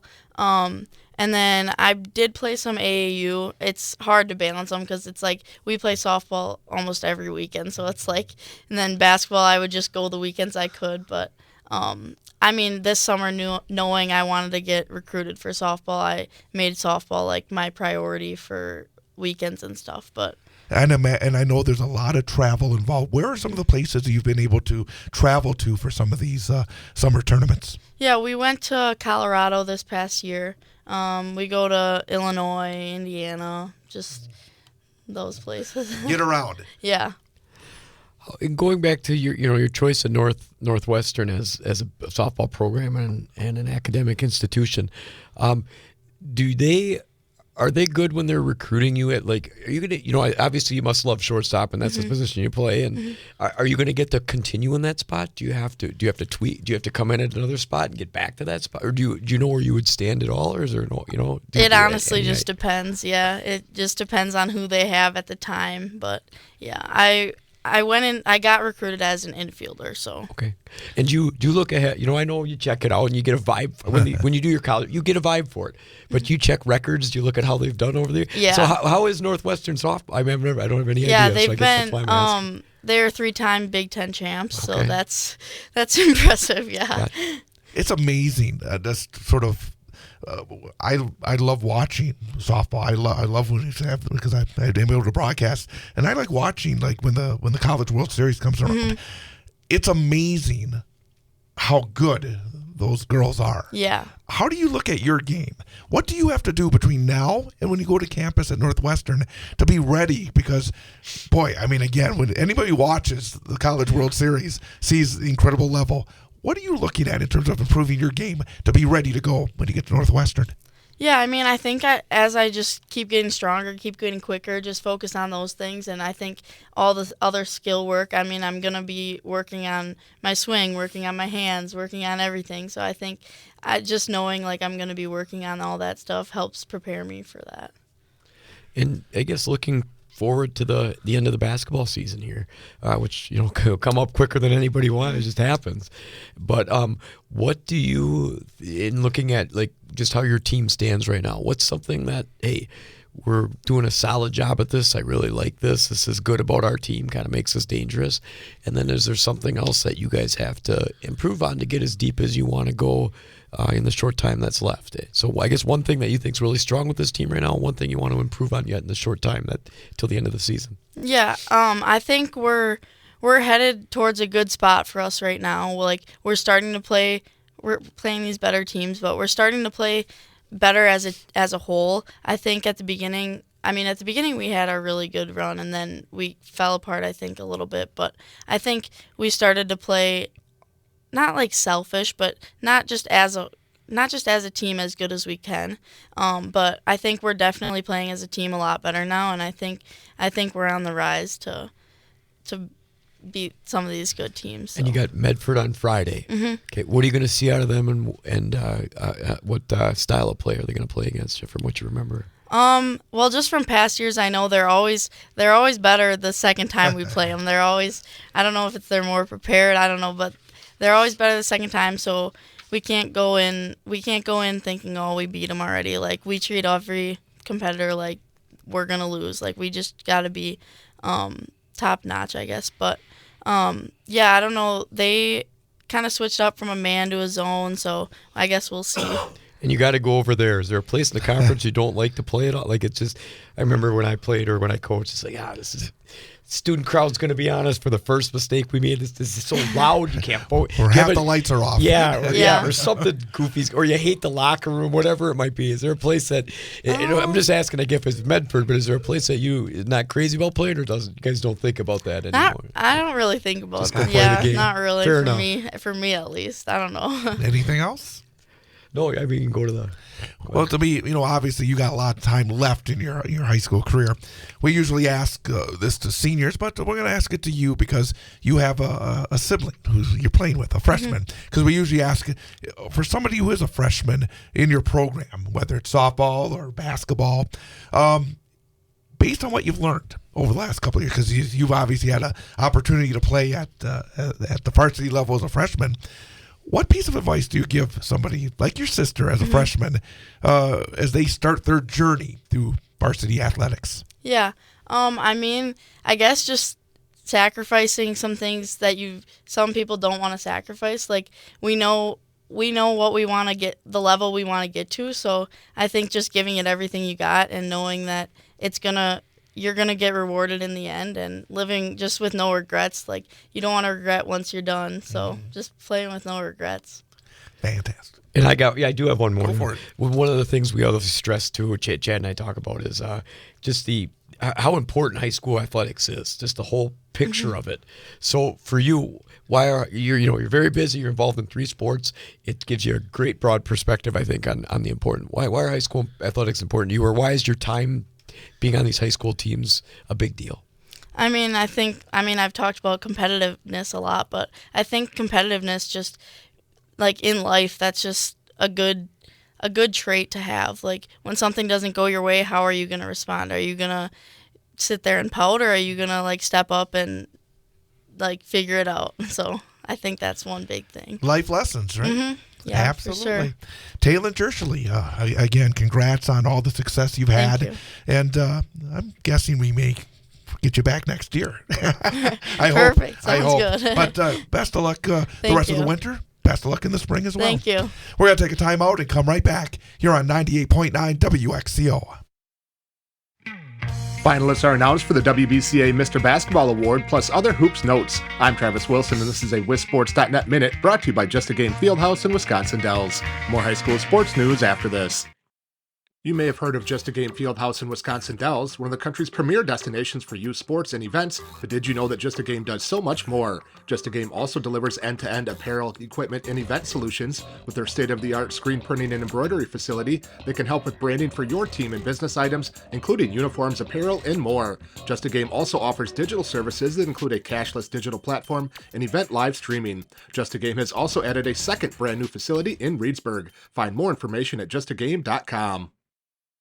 The Wisconsin Basketball Coaches Association has announced its 6 finalists for the prestigious Mr. Basketball Award. This year's top group includes Amari Allen of Ashwaubenon, Jamarian Bateman of Milwaukee Academy of Science, Gavin Gores of Cumberland, Zach Kinziger of De Pere, Xavion Mitchell of Oshkosh North, and Aaron Womack of Dominican.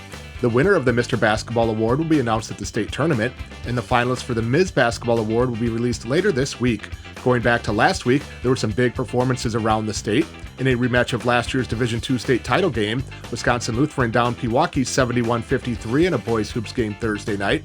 On Friday, Drew Doust of Southern Door moved into 4th place on the state's all-time scoring list with 40 points to go along with 10 rebounds, 8 assists, and 5 steals in a win over Oconto. The Southwestern boys team continued its strong recent play, defeating a pair of ranked Division V teams.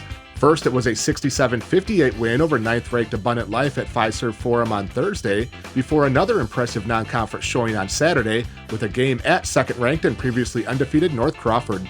In that one, Aiden Kelleher scored a game-high 18 points to lift Southwestern to an exciting 55-53 victory. This has been a WisSports.net Minute. Check us out online at WisSports.net.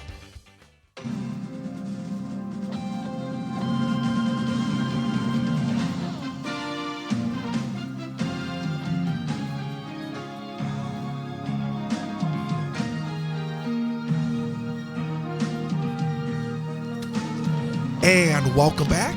Big High School Sports Show presented by K5 Construction, 98.9 WXCO. With Jeff Gress, I'm Chad Holmes, and very impressive. And you love to see when our area student athletes get that opportunity to, especially go to Division I. And already as a junior, obviously, she had some massive numbers last year on the softball diamond, and a very nice young lady. Right. She did an awesome job. Again, she paints the insight of what she's going through as a student athlete, gives us some insights on her team from the leadership perspective of being a captain. And I always find this interesting when our student athletes are deciding where to go to college or they're working on it. You can really see in their faces when it's done or when they're still thinking about it, that angst, that stressfulness. Yep. You don't think, you think, oh, they got a Division I scholarship grade. But to get to that point, sometimes there's a lot of pressure on these athletes. And I think that's a good courageous moment for them, that they fight through it and they get what they want out of it. Let's continue girls basketball. We went through the Valley and the GNC. Merowith South, Assumption 10-0, 14-1 overall. Auburndale 9-2, 15-2 overall. Stratford 8-2, 12-4 overall. Marathon 7-3, 13-3 overall. Edgar 3-8, 7-12 overall. Newman 2-9, 3-12 overall. There were some conference games, some conference crossovers. We saw that the South swept the North on Friday. You had Assumption winning conference games over Edgar 65-19, and Marathon, a game that I had with a much better voice on Monday, 75-47. And then they had a non-conference game. They went up to Rhinelander and beat the Hodags last night as well.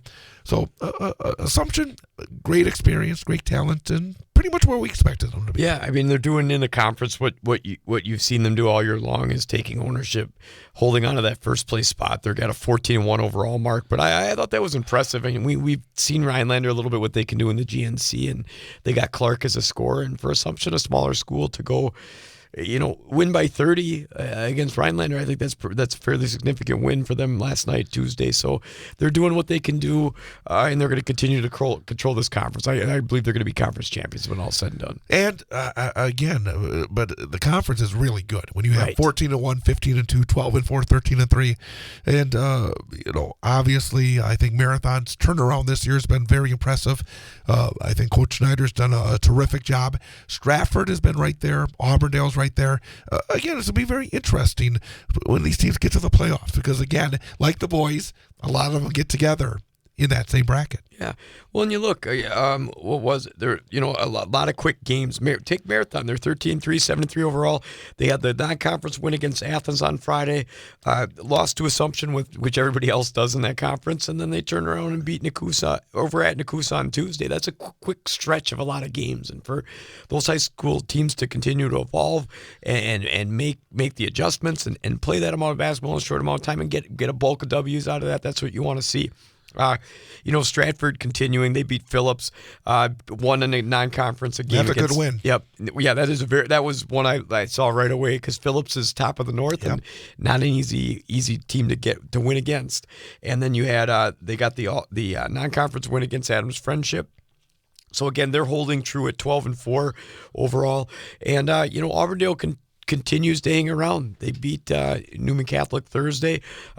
Got Rib Lake on Friday, and here was the more impressive one that I thought, because Assumption's lone loss is to Pacelli. Yes, I think Pacelli is ranked just ahead of Assumption in the rankings that came out today, and Auburndale went and beat Pacelli last night 61-54. So that's a high quality win from what I've seen out of those other scores. So again, I think you put it perfect when you started off this segment, but for the Merowith, saying the depth in this conference is pretty impressive with those overall records of the top four teams. And it's been a struggle for Newman, but they got a couple of wins in the past week. I had a chance for 3, but then good win for Northland against Newman last night. But Newman, obviously, they lost a couple of players before the season. They lost a starter because of injury. It's just been a very short-handed team, and it's nice to see some positive reinforcement. They got the victory in the crossover against Chequamegon on Friday, and then they went on the road and won at Tri-County on Monday. So busy week, actually. They were 2-2 in the last week. Yeah, and I think for Newman, NEWs are good. Being in that school, knowing Coach Colossius, because we work together, is just, it's a challenge this year. But the job he's doing, I think, he's got his girls running the system. They're playing hard. They're getting along. That's not easy to do when the wins don't come come as easily. Sometimes kids have a hard time seeing the process Yeah. or the ability to get there, and they've had some things go up against them. Chips that have fallen where you could roll over and be done. You could say, why is this worth it? And they keep plugging along, and to do that with a positive attitude and a fight to continue to get better, I think it says something about the team and also about the leadership from the coach. So I'm happy to see them get those couple W's and hopefully a couple more where they get these in spurts and they continue to try to work and improve as a team, and hopefully can gel a couple things when they get a couple players back from injury too. And generally, sometimes the best coaching jobs are not done the years you go 24-0. No, and nor are the best connections made. Sometimes it's just those moments where you have to fight through the hardest adversity that it makes you stronger, makes the better connections, and maybe in some instances has some more memories created out of it. Merriwood North Phillips 7-3 leads the way, 12-4 overall. Rib Lake 6-5, Prentice 5-5, Abbotsford 4-7, Athens 2-9, Shawamigan 0-10. Again, Phillips continues to be the top team in that league.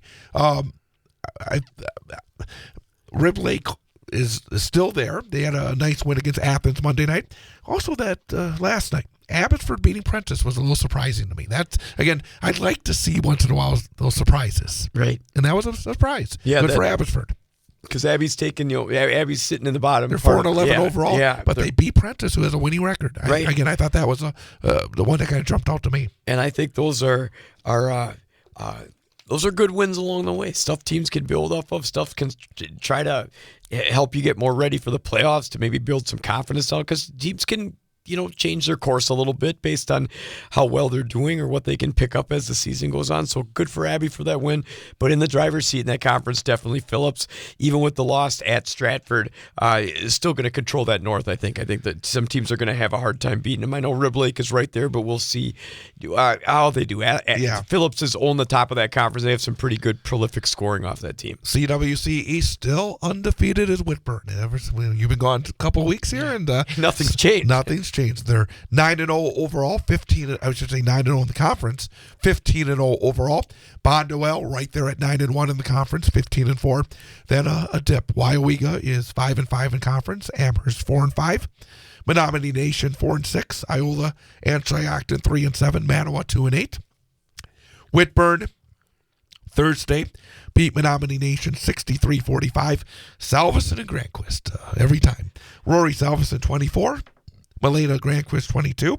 Then on Tuesday, Whitburn 62, Wyowega 29, Salveson 21, Malena Granquist and Harper Rogowski 14. Bonduel took care of their games, winning over Iola and Menominee Nation. But those two, they got another game coming up. Yep, and I'm always impressed with Wittenberg, how those two that when we mention Granquist and Sal, or we look at them on paper, they just piggyback off each.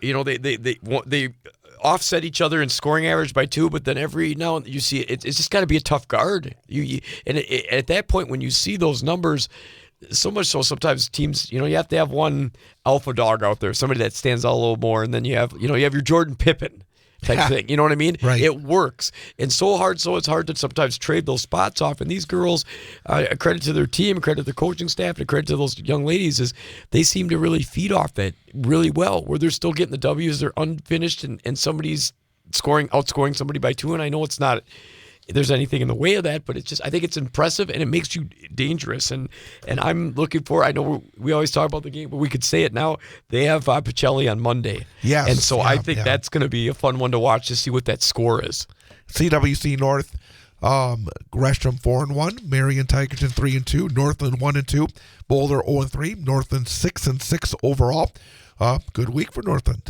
They beat Gresham 45-42 in league Thursday, Sir Augustus 9, and then they always enjoy beating Newman, I think, and because over the years they've had some. It was a rivalry from out the conference. I know, and usually it would be a tough matchup, but they last night beat Newman 44-29, so good for Northland. Yeah, a couple of wins for them, and you like to see the ones where they step out of the conference if they're able to get those, because sometimes those are a little tougher to come by. But sitting at a 6-6 record with a couple of those wins over the last few days.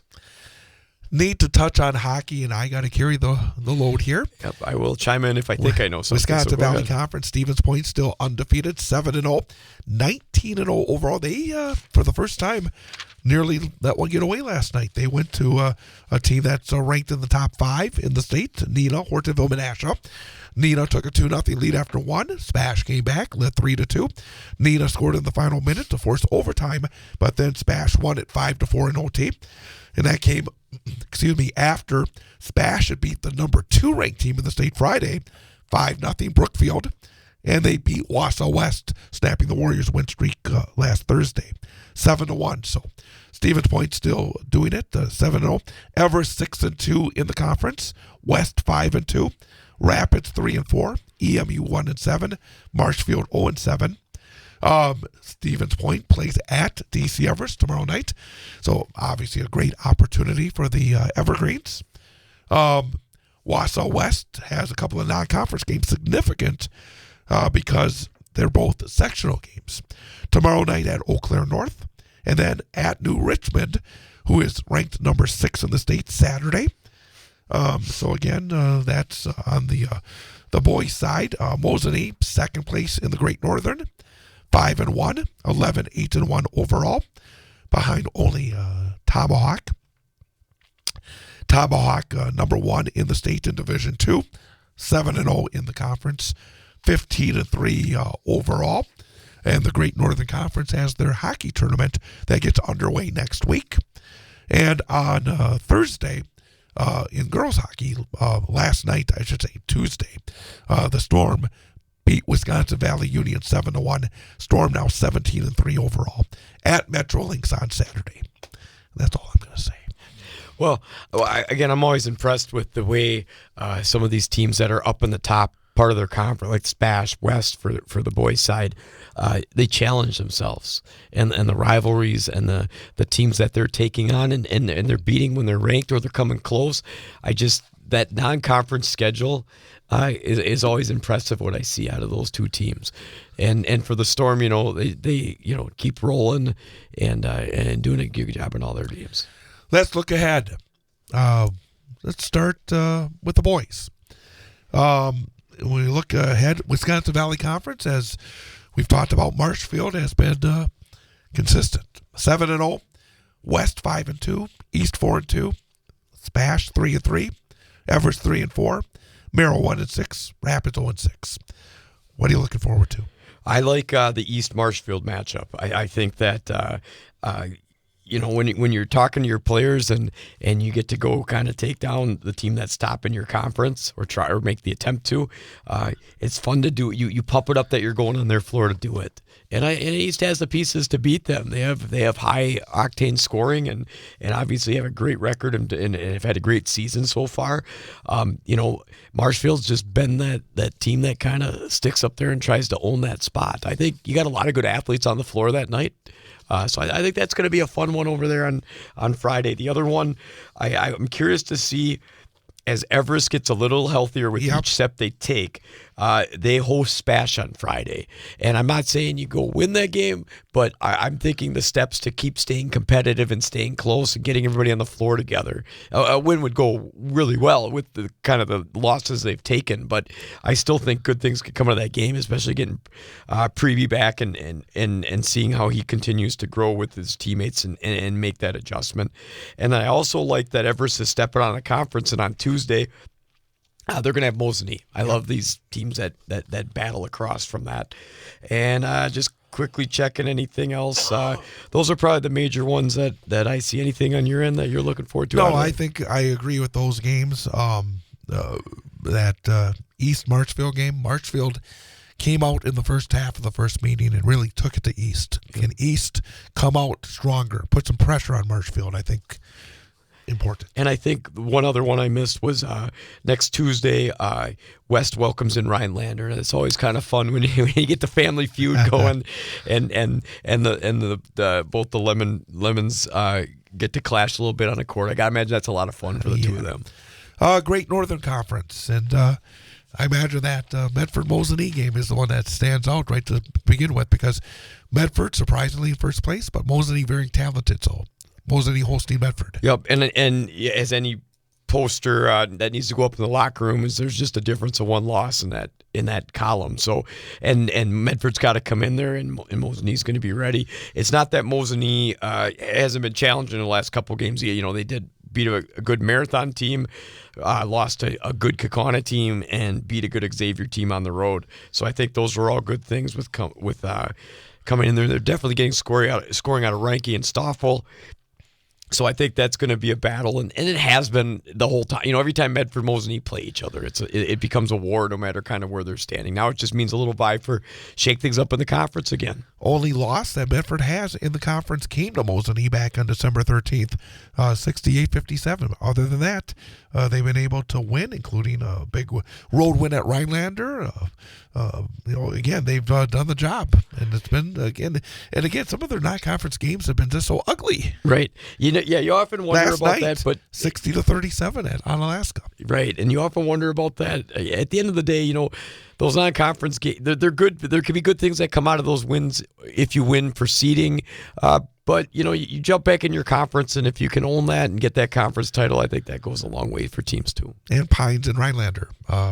Friday night as well. That's always, I think, obviously for Rhinelander after that loss to Antigo, and Pines still on the fringes at 4-3 in the conference.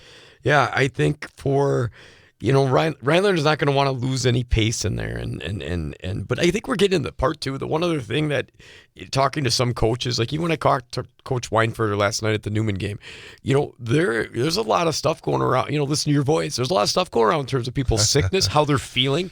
There's teams that are being affected a little bit by, are their kids ready to go? Are they showing up to school that day because they're not feeling good? Can they, it's just, there's a lot of up and downs with that type of stuff. And now we also get to the point where do injuries play out when players come back? Are they dinged up from this? The rest, the relaxation, the sickness, all kind of gets in there. So I think, again, the top of this conference with these teams being one loss away from each other, Pines can add to the mix with that win. So I'm sure they're going to try everything to go pull that off at Rhinelander, where Rhinelander's got to keep them at bay if they want to stay up atop of that conference. Merriwood South, obviously a great race at the top. We talked a lot about Auburndale, and they get a chance to avenge their only loss Tuesday. Yeah, I like that fact. I mean, I got to imagine this time Auburndale's not going to stub their toe. So unless they have a poor shooting night, and what I've seen out of both those teams, Assumption, a little more loose in their play. They're a little bit more up and down, fly around the court, not maybe as disciplined, but not that that's not ineffective for them, where, Auburndale, more methodical, more structured, balanced in terms of what they want to do and how they want to hurt a team, both offensively and defensively. So I think it is going to, I think at the end of the day, it's going to be Auburndale. They're not going to want to, they're sitting in a good spot. And Coach Weinfurter talked about that consistency, and he's going to have his team ready to go. Edgar and Stratford and Newman and Marathon, the other Merriwood South conference matchups coming up next Tuesday. And I'm kind of curious if Edgar can give Stratford a bit of a scare. They've been playing better. Yeah, I think that game comes down to that physicality. This is a team where they've beat each other on the football field in terms of their seasons in the fall, and you're going to want to carry that forth. And I think that's one of those games where it kind of comes out to who's going to have a better shooting night, because there's going to probably be a lot of physicality. There's going to be that amped up because of the rivalry they've had so many times in the fall. I think for Newman, that going over to Marathon, this is another step where, watching them play last night and kind of going up and down. And when they played well together and made a little comeback on Auburndale, things were clicking. But then when they struggled, things weren't together. Guys were maybe down on themselves. Heads were being hung a little bit. And I think they need a little positive pick-me-up. And to go over there and play well would mean a big deal, especially in the Marathon gym, which is never an easy place to play. And Newman, they have there's such a high amount of scoring between Fender and Piffner and stuff like that. And if those guys can just stay true to that, putting the ball in the basket, keeping the other team on the back of their heels, it can make a big difference. As we look at Merriwood North, CWC East, CWC North, anything jump out in terms of upcoming games? I think, with Rib Lake as a lead game over Phillips, and obviously Prentice only at 500 as the third place team. I think it's Rib Lake's conference to hold, so it could, not looking at the full schedules of every single team down the stretch here, but for Rib Lake to own that, it could come down to obviously maybe a win or two here in the Merriwood South crossover games and see if they can pull one of those off. Steal them. Yeah, that would solidify it. Otherwise, I think that that they're going to own the top of that conference. Let's see. Whitburn has Shiocton Thursday. They have Pacelli Monday, and Wyowega Tuesday. As they again, Whitburn and Bonduel, both the boys and the girls, both doing very well. Yeah, and for Wittenberg to stay within that, Bonduel, top team ranked in Division IV. Coach Weinfurter said that they're the real deal. We know what they are capable of doing from last year and have just continued this year. Unfortunately, Wittenberg, as good as they are, and have good if they played at 11-2 marks, 7-1 overall in that conference, doesn't have a lot of room to slip up. So they're going to get Wyowega, in my opinion, on Tuesday. Shiocton always presents a good physical test for all those teams in that conference. And Pacelli, even after the transfer to Aui, has some good players left and can give you a game. So those aren't going to be any easy tasks. So it'll be interesting to see how they come out when we talk next time on the show. And busy week for Northern Lutheran. Sometimes you never know. Yeah. Well, Thursday, they're sitting at second place, 4-1. Tigerton, I think, is the main competition in that conference, so they should get Bowler tomorrow night. And Friday, they're at Wild Rose, and Tuesday at White Lake. All games I think that they can win to keep pace for that final match. I think they have one more matchup with Tigerton. So that's what they're kind of looking for. Let's look at the girls. Wisconsin Valley Conference. Rapids and West played a good one the first time around, and that's one of those battles for third place.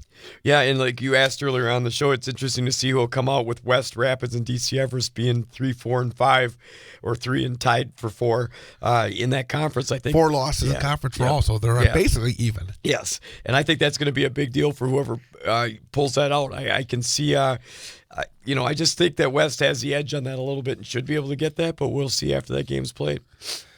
Not really. Then they have some non-conference games coming up Tuesday. So basically Friday is the conference, and I like the non-conference where West plays at Mosinee on Saturday. So that's always nice. Yeah, those will be good games. And I think for Everest hanging in the middle of that pack before they got to go over to Spash Friday. That's going to be a tough test, so they're probably going to slide around a little bit, and just to keep pace with that.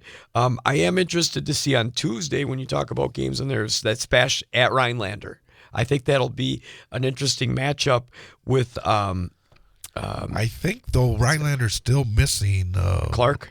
Yep. Because that's who too. I wanted to see the Clark-Soibert matchup. So I guess if she's not back, she has not been last night's game. I didn't see her name. Well, if she's back, it'll be great. If not, it's going to be a taller task than for Spash. So otherwise, if she's back, I'd love to see it. If not, Spash will probably get that game. And for Marshfield, it looks they have East on Friday. Should get that. They'll jump into Baraboo on Tuesday, and so not a lot to keep pace. They'll stay up at the top. An interesting game. Is where is that? Oh, I thought doesn't Antigo play East? Did I not write that down, or did I miss that one? I'm not sure. They do. They're because both teams have struggled. Yes. Again, so they play tomorrow night. Okay, you're right. That one again. Both teams have struggled. Yeah. So it turns into an opportunity. Right. Well, and those become big games, obviously, for those two teams because. As a coach, you want your practice efforts and what you're reciprocating to the kids to pan out. And so many times, unfortunately for the kids, it's the scoreboard at the end of the day of what their measuring stick is. And sometimes so many times for people in the stands. Because there can be growth in a loss as much as there can be growth in a win. And it can build to better things in life when kids figure out how to win and lose and how to navigate all that. So, but hard time living in the moment on that sometimes. So I think, like you to your point, it's going to be a big game for those two teams because each one of them is going to want to pull that out to get that W going. Because Anago has one and East hasn't won yet, and Anago only has one win on the season. So Great Northern, Mosinee and Medford, I guess would be the significant game. Yeah, where I think Mosinee pulled the first one out. So I think. Yeah. I think they're going to take that game, but that's probably the biggest one there that has a little, because Mosinee doesn't want to lose any pace, and because I would slide them back by Rhinelander right now, they get to hold on to that second place spot, which will be it's going to be difficult to grab that first place spot because I don't think anybody other than Mosinee is going to beat Lakeland. And the Salon Springs Lakeland game. Salon Springs is 12-1. They're a D5 team, so Lakeland should be able to handle them. But still, it's Lakeland facing a successful team in non-conference. Well, we talked about Lakeland not like crushing some of their non-conference opponents like they have in the past. I mean, they've been doing okay in conference. So the fact that right now they're starting to build where they beat Medford by, about 30. They killed Xavier on what was that, Saturday? Yep. And they'll beat Anago on Friday. So I'm curious to see if they can continue this pattern. Are they peaking? Are they hitting their stride? I mean, you said Wilmette had 40. How often do you say that out of some of the smaller the schools up in central Wisconsin around here on the girls' side, and she's averaging over 31. So I just think I want to see if that consistency continues against a good D5 team, but in these non-conference games, so that we can say that they're ready to go and they're primed to go for that final run. Merriwood South, Assumption, and Auburndale. I think that's probably the big one. Auburndale second, Assumption first. Game will be played in Auburndale. And you always, we like to see these conferences get interesting. So can Auburndale give them a game? I know the first time around, I think Assumption owned them. Yeah. But we'll see. Auburndale, a nice win against a good Pacelli team whose Assumption's only loss. And so this meeting tomorrow, we'll see who pans out on that one. Let's go to the Merriwood North. Anything jump out? Or I'm looking if Phillips has anybody, and they're not. They took a lot. They lost to Crandon. That Athens game, Phillips is going to win that. So nothing that stands out on that side. And of the I conference. do think that you mentioned earlier, Pacelli at Whitburn on Monday. That's before Whitburn takes on Bondwell for the second time. That's probably their biggest hurdle to stay undefeated. Yeah, and I think that's, again, with the Pacelli girls, what they were able to beat Assumption, I think, is a tall task. It's only happened once this season, so I think that they're going to give a very good game to Wittenberg there on Monday. But for Pacelli, nothing's easy when you've got just, that two-headed monster in scoring, as well as the rest of their lineup is balanced. They're good. Got about a minute to go here. 1 minute. Anything that you want to kind of finish off with? I just love the way that some of these conferences, games are starting to get weighted more than they ever have. It's coming down to those moments where you can't take a loss. Your team has to be at its peak performance. We've got to come out and have a good showing at night. We've got to, and maybe they battle through things. Like Auburndale at Newman yesterday. One of the first things Coach Weinfurter talked about, I got a couple guys sick. We're not feeling bad. We'll see how we play. All these little things that are mixing, matching the soap opera of high school basketball are coming to play, which for us as spectators becomes a lot of fun when these teams can war with each other for these conference victories, still trying to have some seeding implications possibly, and get their teams best prepped to finish it out strong and get on that road to the final destination of how far they can get in the playoffs. Hopefully next week I'll have a better voice. Thank you.